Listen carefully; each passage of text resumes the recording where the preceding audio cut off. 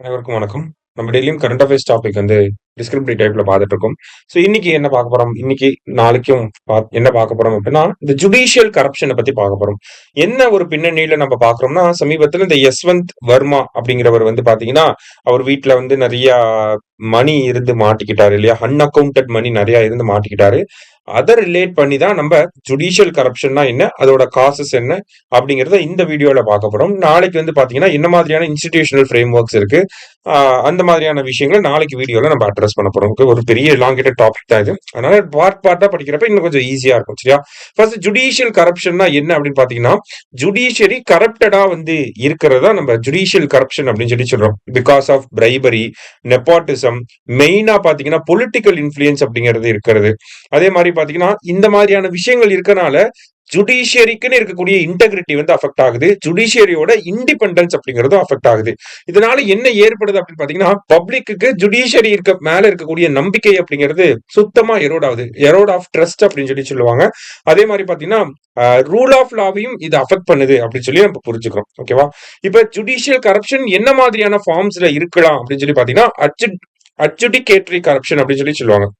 அதாவது high profile கேசஸ்ல இல்ல political influence அதிகமா இருக்கக்கூடிய கேசஸ்ல எல்லாம் பாத்தீங்கன்னா, ஜட்ஜஸ் இந்த எக்ஸ்டர்னல் ஃபேக்டர்ஸ் பேஸ் பண்ணி அந்த கேஸை டிசைட் பண்ணுவாங்க. ஓகேவா? ராதர் தென் பேஸ்ட் ஆன் எவிடன்ஸா இல்லாம எக்ஸ்டர்னல் பொலிட்டிக்கல் பிரஷரை பேஸ் பண்ணி ஒரு அந்த குற்றவாளியாக இருக்கலாம் மேபி. ஆனா அவர் நிரபராதின்னு சொல்றது இந்த மாதிரியான விஷயங்களை அட்ஜுடிகேட்டரி கரப்ஷன் அப்படின்னு சொல்றோம். அட்மினிஸ்ட்ரேட்டிவ் கரப்ஷன் அப்படின்னு பாத்தீங்கன்னா, அந்த கோர்ட் ஸ்டாஃப் கரப்டட் ஆக்டிவிட்டீஸ்ல இன்வால்வ் ஆகுறது, பிரைப் வாங்குறது, இந்த மாதிரியான விஷயங்கள், எவிடன்ஸை டேம்பர் பண்றது. ஓகேங்களா? இந்த மாதிரியான விஷயங்களை நம்ம administrative corruption in terms of judiciary அப்படின்னு சொல்றோம். அதே மாதிரி அங்கிள் ஜட்ஜ் சிண்ட்ரோம் அப்படின்னு சொல்லுவாங்க. ஓகேவா? இப்ப ஜட்ஜஸ்க்கு வேண்டப்பட்டவங்க லாயரா இருப்பாங்க. அந்த இடத்துல ரிலேட்டிவ்ஸே இருக்கலாம் மேபி. சோ அப்ப அவங்களுக்கு ஃபேவரா ஒரு தீர்ப்பை கொடுக்கறது. இந்த மாதிரியான விஷயங்களை நம்ம அங்கிள் ஜட்ஜ் சிண்ட்ரோம் அப்படின்னு சொல்றோம். ஓகேவா? இப்ப இதெல்லாம் பேசிக்கா பாக்குறப்ப, ஒரு அவுட்லைனா பாக்குறப்ப இதெல்லாம் ஃபார்ம்ஸ் ஆஃப் ஜுடிஷியல் கரப்ஷன் அப்படின்னு சொல்றோம். என்ன மாதிரியான காரணங்கள்னால இந்த கரப்ஷன் ஏற்படுது? காசஸ் என்ன இருக்கு? ரீசன்ஸ் ஃபார் ஜுடிஷியல் கரப்ஷன் அப்படின்னா இந்த மாதிரியான காரணங்களை நம்ம சொல்லலாம். ஃபர்ஸ்ட் பாத்தீங்கன்னா, எப்பயுமே ஜுடிஷியரியில ஏதாவது ஒரு பிரச்சனைங்கிறப்ப அந்த இடத்துல கொலீஜியம் சிஸ்டத்தை நம்ம ஃபர்ஸ்ட் எடுத்தோன்னு சொல்லணும். அதுதான் இங்கேயும் சொல்லியிருக்கோம். Lack of transparency in appointment and transfers அப்படின்னு கொடுத்திருக்காங்க. ஓகே. இந்த கொலீஜியம் சிஸ்டம் அப்படிங்கிறது நமக்கு வெளிப்படையான ஒரு விஷயம் கிடையாது. என்ன கிரைட்டீரியாவை பேஸ் பண்ணி ஒரு ஜட்ஜ் செலக்ட் பண்றாங்க, என்ன கிரைட்டீரியாவை பேஸ் பண்ணி அவங்களை ப்ரமோட் பண்றாங்க, அதுல ஏதாவது ஸ்பெசிபிக் பேராமீட்டர்ஸ் இருக்கா, இந்த மாதிரியான ஒரு விஷயம் இருக்கு. Lack of transparency. அப்ப மேபி ஒரு ஜட்ஜ் என்ன எலிவேட் பண்ணுங்க, ஹைகோர்ட் ஜட்ஜா எலிவேட் பண்ணுங்க, நான் உங்களுக்கு இவ்வளவு அமௌண்ட் தரேன்றத கூட ஒரு டீலிங்கா பேசலாம். அதுதான் என்னன்னு சொல்றாங்க, குவிட் ப்ரோகோ அரேஞ்ச்மெண்ட். எனக்கு இதை பண்ணி கொடுங்க, நான் உங்களுக்கு இதை பண்ணி தரேன் அப்படிங்கிற மாதிரியான ஒரு அரேஞ்ச்மெண்ட் கூட வரலாம் அப்படின்னு சொல்றாங்க. அடுத்தது political influence and executive pressure அப்படின்னு சொல்றாங்க. ஓகேவா? இப்ப ஹை ப்ரொஃபைல் கேசஸ், அதே மாதிரி ரூலிங் பார்ட்டிக்கு அகைன்ஸ்டா இருக்கக்கூடிய கேஸ்ல என்ன பண்ணுவாங்கன்னா, ரூலிங் பார்ட்டிக்கு ஃபேவரா ஜட்ஜ்மெண்ட் வரதை நிறைய டைம் பார்த்திருப்பீங்க. சோ இது எல்லாமே பாத்தீங்கன்னா பப்ளிக் ட்ரஸ்ட்டை எரோட் பண்ணக்கூடிய ஒரு விஷயமா இருக்கு.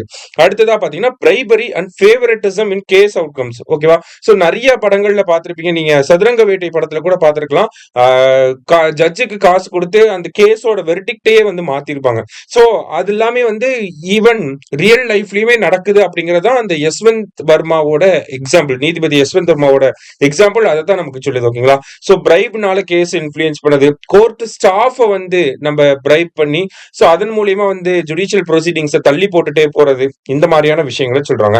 அடுத்தது ரொம்ப ரொம்ப ரொம்ப முக்கியமான ஒரு பாயிண்ட் என்ன அப்படின்னு பாத்தீங்கன்னா, போஸ்ட் ரிட்டையர்மெண்ட் பெனிஃபிட்ஸ். இப்ப ஜட்ஜஸ் எல்லாம் பாத்தீங்கன்னா, சுப்ரீம் கோர்ட்னா 65 வயசு, ஹை கோர்ட்னா 62 வயசுல ரிட்டையர் ஆயிடுறாங்க. சோ அதுக்கப்புறமா அவங்க சொசைட்டில இன்ஃப்ளூயன்ஷியலா இருக்கணும் அப்படிங்கிறதுக்காக இந்த போஸ்ட் ரிட்டையர்மெண்ட் ஜாபுக்காக என்ன பண்றாங்கன்னா, இப்ப நிறைய நம்ம எக்ஸாம்பிளுக்கு ரஞ்சன் கோகாய் அப்படிங்கிற சீஃப் ஜஸ்டிஸ் சொல்லலாம். அவரு ரிட்டையர்மெண்ட் ஆகி கொஞ்ச நாள்லயே பாத்தீங்கன்னா அவர் ராஜ்யசபாவுல எம்பியா கொண்டு வந்திருப்பாங்க, நாமினேட்டட் எம்பியா கொண்டு வந்திருப்பாங்க. சோ அதுக்கு முன்னாடி பாத்தீங்கன்னா அவர் ரூலிங் பார்ட்டிக்கு ஒரு ஃபேவரபிளான ஜட்ஜ்மெண்ட் கொடுத்திருப்பாரு. சோ இந்த மாதிரியான விஷயங்களை தான் போஸ்ட் ரிட்டையர்மெண்ட் பெனிஃபிட்ஸ் அப்படின்னு சொல்றாங்க. சோ இது எல்லாமே பாத்தீங்கன்னா ரூலிங் பார்ட்டிக்கு ஃபேவரா நிறைய கேசஸ்ல வந்து ஜட்மெண்ட்ஸை கொடுக்க அவங்களுக்கு ரிட்டையர்மெண்ட் ஆனதுக்கு அப்புறமா வந்து ராஜ்யசபா மெம்பராவோ இல்ல ஏதாவது ஒரு ஸ்டேட்டோட கவர்னராவோ அப்பாயிண்ட் பண்றதுக்கு அந்த ஒரு விஷயத்தை பேஸ் பண்ணி இப்போ அவங்க ஆக்ட் பண்றது. ஓகேவா? அது ஜுடிஷியல் இன்டெகிரிட்டியை வந்து அஃபெக்ட் பண்ணுது. அதே மாதிரி நெப்பாட்டிசம் அண்ட் ஃபேவரட்டிசம். ஓகேங்களா? ஸோ ஜட்ஜஸும் அதே ஒரே கோர்ட்ல ஜட்ஜஸும் லாயர்ஸும் வந்து ரிலேட்டிவ்ஸா இருக்கிறது, இது எல்லாமே பாத்தீங்கன்னா ஃபேவரபிள் ஒரு கேஸை வந்து அவங்களுக்கு கொடுக்கும், அவங்களுக்கு சாதகமான வெர்டிக்டை கொடுக்கறது, ஒரு ப்ரிஃபரன்ஷியல் ட்ரீட்மெண்ட்டை கொடுக்கறது, இந்த மாதிரியான விஷயங்களை சொல்றாங்க. அடுத்தது இன்எஃபெக்டிவ் டிசிப்ளினரி மெக்கானிசம். இப்ப நீதிபதி யஷ்வந்த் வர்மா மேலேயே ஒரு டிசிப்ளினரி மெக்கானிசம் கொண்டு வந்தாங்க. ஆனா அதுல சுப்ரீம் கோர்ட் என்ன சொல்லியிருப்பாங்க அப்படின்னா, அவர் மேல வந்து இன்ஹவுஸ் ப்ரொசீடிங்ஸ் அப்படிங்கறத நாங்க ஆரம்பிக்க போறோம், துறை சார்ந்த நடவடிக்கையை வந்து எடுக்க போறோம் அப்படிங்கறத சொல்லியிருப்பாங்க. ஆனா அது என்ன பண்ண போறாங்க, எப்படி விசாரிச்சாங்க, அந்த மாதிரியான ஒரு அக்கௌண்டபிலிட்டி, ஒரு டிரான்ஸ்பேரன்சி அப்படிங்கிறது இல்லாம இருக்கு.